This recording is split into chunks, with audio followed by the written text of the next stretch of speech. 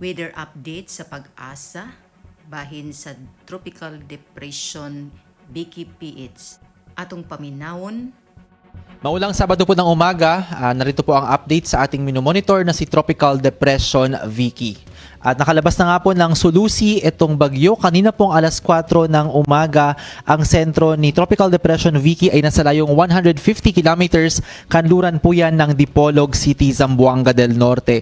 Napanatili po ng bagyo ang kanyang taglay na lakas ng hangin na umaabot ng 45 kilometers per hour malapit sa gitna. Samantalang ang pagbugso naman umaabot ng 55 kilometers per hour. Ito ay kumikilos ngayon pakanluran sa bilis na 25 kilometers per hour. At maliban nga po kay Tropical Depression Vicky, may dalawa pang weather systems na nagdudulot din po ng pag-ulan sa ibang bahagi ng ating bansa, mainly sa may Luzon, kagaya po ng tail end ng frontal system at ito po ang ating northeast monsoon or hanging amihan. Nakataas pa rin po ang Tropical Cyclone Wind Signal number 1 sa Misamis Occidental, Zamboanga del Sur, Zamboanga Sibugay, northern at central portions ng Zamboanga del Norte, Socon, Baligian, Gutalak, Kalawit, Labason, Tampilisan, Liloy, Godod, Bakungan, Salug, Sindangan, Siayan, Manukan, Jose Dalman, Sergio Osmeña Sr., President Manuel A. Rojas, Katipunan, Dipolog City, Pinian, Mutia, La Libertad, Polanco, Rizal, Sibutan at Dapitan City. Pati rin po sa extreme western portion ng Bohol, sa mga bayan ng Loon, Dawis, Panglao, Cortes, Maribohok at Tagbilaran City, sa southern portion ng Cebu, sa mga bayan at syudad po ng Pinamungahan, San Fernando, Carcar City, Aluginsan, Barile, Sibonga, Dumanhug, Ronda, Alcantara, Argao, Mualboal, Badian, Dalaguete, Alegria, Alcoy, Malabuyok, Bulhoon, Ginatilan, Oslob, Sambuan at Santander at sa Siquijor Province, sa Negros Oriental, sa central and southern portions ng Negros Occidental, sa San Carlos City, Salvador Benedicto, Talisay City, Bacolod City, Murcia, Bago City, Pulupandan, Valladolid, San Enrique, La Carlota City, La Castellana, Moises Padilla, Pontevedra, Hinigaran, Isabela, Binalbagan, Himamaylan City, Ilog, Kabangkalan City, Kawayan, Candoni, Sipalay City at Hinubaan. Pati rin po sa Guimaras, sa southern portion ng Iloilo, sa Barotac Nuevo, Dingle, Anilao, Dueñas, Lambunao, Dumangas, Pototan, Zaraga, Mina, Badiangan, Haniway, Maasin, Kabatuan, New Lucena, Santa Barbara, Leganes, Iloilo City, Pavia, Alimodian, San Miguel, Oton, Leon, Tubungan, Igbaras, Gimbal, Tigbawan, Miagao at San Joaquin, at sa southern portion po ng Antique, sa Bugasong, Lawaan, Valderrama, San Remigio, Patnongon, Belison, Sibalom, San Jose, Hamtik, Tobias Fournier, Aninii, at sa northern and central portions ng Palawan kasama na po ang Calamian, Cuyo, Cagayancillo, and Kalayaan Islands, at sa mainland Palawan po yung mga bayan ng Araceli, Dumaran, Taytay, El Nido, San Vicente, Rojas, Puerto Princesa City, Aborlan, Nara at Quezon. Ang mga lugar pong ito ay makakaranas pa rin ng pagbugso ng hangin mula 30 hanggang 60 kilometers per hour. At sa ibang bahagi po ng Visayas at ng Mindanao, nagbaba na po tayo ng signal number 1. Para naman po sa magiging kalagayan ng panahon ngayong pong araw ng Sabado, December 19, dito po sa Western at Central Visayas at sa Zamboanga del Norte, Zamboanga del Sur at Zamboanga Sibugay, makakaranas pa rin po ng pag-ulan at mga pagbugso ng hangin. May okasyon po na malalakas ang pagbuhos ng ulan at sa ibang bahagi po ng Visayas, sa Eastern Visayas, sa Caraga, sa Northern Mindanao at dito po sa may Zamboanga City, may aasahan po na kalat-kalat hanggang sa malawakang pag-ulan dulot pa rin ng Tropical Depression Vicky. Samantala sa ibang bahagi po ng Mindanao, dito sa may Davao Region, sa BARMM at sa Soc-Sargen, sisilip na po ang haring araw, although may okasyon pa rin po na posible ang mga thunderstorms lalo sa hapon at sa gabi. Sa dako naman ng Luzon, makakaranas din po ng rains with gusty wind conditions ang Palawan dahil patungo po dyan itong bagyo. Malalaman natin mamaya yung ating forecast track. Samantalang sa Kalayaan Islands, dito naman po sa may Bicol Region, sa ibang bahagi ng Mimaropa, sa Calabarzon at dito po sa Metro Manila. Dahil sa combined effects nitong si Vicky at ng tail end ng frontal system, makakaranas din po ng maulap na kalangitan na may kalat-kalat hanggang sa malawakang pag-ulan, pagkidlat, pagkulog. At ang ibang ibang bahagi po ng Luzon, ang Northern at Central Luzon, naapektuhan din po ng amihan.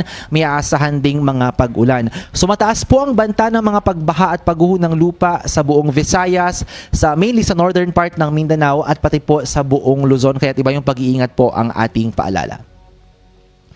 At dahil malakas pa rin ang paghihip ng ating hanging amihan, ay meron tayong nakataas na gale warning sa lahat po ng baybaying dagat ng Northern Luzon. So Ilocos Region, Cagayan Valley, ito pong eastern seaboards ng Central at ng Southern Luzon, sa Aurora, Quezon, at eastern seaboards po ng Bicol Region, itong eastern seaboards ng Eastern Visayas at maging dito po sa eastern seaboards ng Caraga at Davao Region. So sa mga lugar po nakataas ang gale warning at sa mga lugar under tropical cyclone wind signal number 1, bawal pong pumalaot ang lahat ng uri ng sasakyang dagat dahil magiging maalon hanggang sa napakaalon po ang kalagayan ng mga karagatan dito. Para naman sa magiging pagkilos ng bagyong si Tropical Depression Vicky, ngayon nga pong umaga ay nakalabas na sa Sulusi itong bagyo. Inaasahang habang nasa Sulusi itong bagyo, ito kikilos pa Kanluran, Hilagang Kanluran. Ito ay posibleng maglandfall dyan sa northern or central portion ng Palawan ngayong hapon or mamayang gabi. At lalabas po yan ng West Philippine Sea. Posibleng makalabas na ng Philippine Area of Responsibility bukas po ng hapon o gabi. At ayan ay susubsob patungo dito sa may southern part ng West Philippine Sea. Posible pa itong lumakas bilang isang tropical storm. Bilang recap sa ating pinakita sa ating forecast track, over Sulusi, west to northwestward ang pagkilos ng bagyo. Ito ay inaasahang dadaan sa northern or central portion ng Palawan ngayong hapon or mamayang gabi. Mapapanatili ni Vicky ang kanyang tropical depression intensity habang binabaybay pa ang kanlurang bahagi ng Philippine Archipelago. Inaasahang makakalabas na ng PAR bukas ng hapon or gabi. Sunday po yan, December 20, itong si Vicky, at posible din ito ay lumakas pa bilang isang tropical storm pag nakalabas na ng West Philippine Sea. Kanina nabigay natin yung general outlook for the weather sa ating bansa. Pero para lamang po meron tayong context kung aling mga lugar yung posibleng makaranas ng mga pagbaha at pagguho ng lupa. Ngayong araw po katamtaman hanggang sa malalakas at kuminsan ay matinding pag-ulan ang mararanasan sa Calabarzon, Bicol Region, Visayas, Aurora, Dinagat Islands, Surigao Provinces, Agusan del Norte, Camiguin, Misamis Oriental, Oriental Mindoro, Marinduque, northern at central portions ng Palawan kasama po yung Calamian, Cuyo at Cagayancillo Islands, at mahihina naman hanggang sa katamtaman pero kuminsan ay may kalakasang pagbuhos ng ulan over mainland Cagayan Valley, Apayao, Kalinga, Mountain Province, Ifugao, Metro Manila at ibang bahagi po ng Central Luzon, Mimaropa, Cordillera. Ito pong mga pag-ulan na to, dulot po yan ni Vicky ng tail end ng frontal system at ng ating hanging amihan. Bukas naman po, araw ng Linggo, malalakas hanggang sa matinding pag-ulan ang mararanasan po sa Bicol Region, Quezon, Aurora, Isabela, Quirino at Nueva Vizcaya. Samantalang katamtaman hanggang sa malalakas at minsan ng matinding pag-ulan sa Apayao, Kalinga, Mountain Province, Ifugao, Oriental Mindoro, Kalayaan Islands at ibang bahagi po ng mainland Cagayan Valley. Mahihina naman hanggang sa katamtaman at minsan ng malalakas na mga pag-ulan sa Eastern Visayas, Dinagat Islands at ibang bahagi po ng Cordillera, Calabarzon at Mimaropa. So basically, ang malaking bahagi po ng Luzon at Visayas at ilang bahagi po ng Mindanao ngayong araw ng Sabado at bukas ay may hinaharap na banta ng mga pagbaha at pagguho ng lupa. Sa mga nakatira po sa mga low-lying areas, sa mga landslide-prone areas, sa mga dalisdis po ng kabundukan at yung mga tabi po ng ilog at sapa, pinapayon po sila sana maging alerto, maging handa at makipag-ugnayan sa kanilang local government units para sa kinakailangang paglikas. Again, ang ating paalala, may okasyon na ang mas malalakas sa pagbuhos ng ulan ay nasa itaas po ng kabundukan. So yung runoff po ng tubig ulan, dadaan po yan sa ilog, posible yung magpaapaw ng mga ilog sa kapatagan, sa floodplains po. At para naman sa magiging kalagayan ng panahon sa ating major cities, Sunday hanggang Tuesday sa Baguio City dahil sa malakas pa rin yung amihan, maulan pa rin ang panahon. Sunday, Monday, aakyat po doon yung tail end ng frontal system. So may aasahan pa rin kalat-kalat hanggang sa malawakang pag-ulan. Pero Tuesday, sisilip na ang haring araw, may tsansa lamang ng thunderstorms.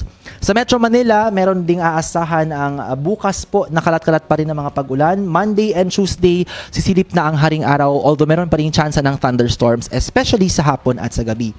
At sa Legazpi at sa Cebu City, may kalat-kalat pa rin mga pag-ulan Sunday, Monday and Tuesday kagaya po sa Metro Manila. Sisilip na ang haring araw, may banta pa rin ng thunderstorms sa hapon at sa gabi. Pero sa may Davao City, Sunday to Tuesday, sisilip ang haring araw, medyo maalinsangan po. And sa hapon at sa gabi ay mas mataas po ang tsansa ng mga localized thunderstorms.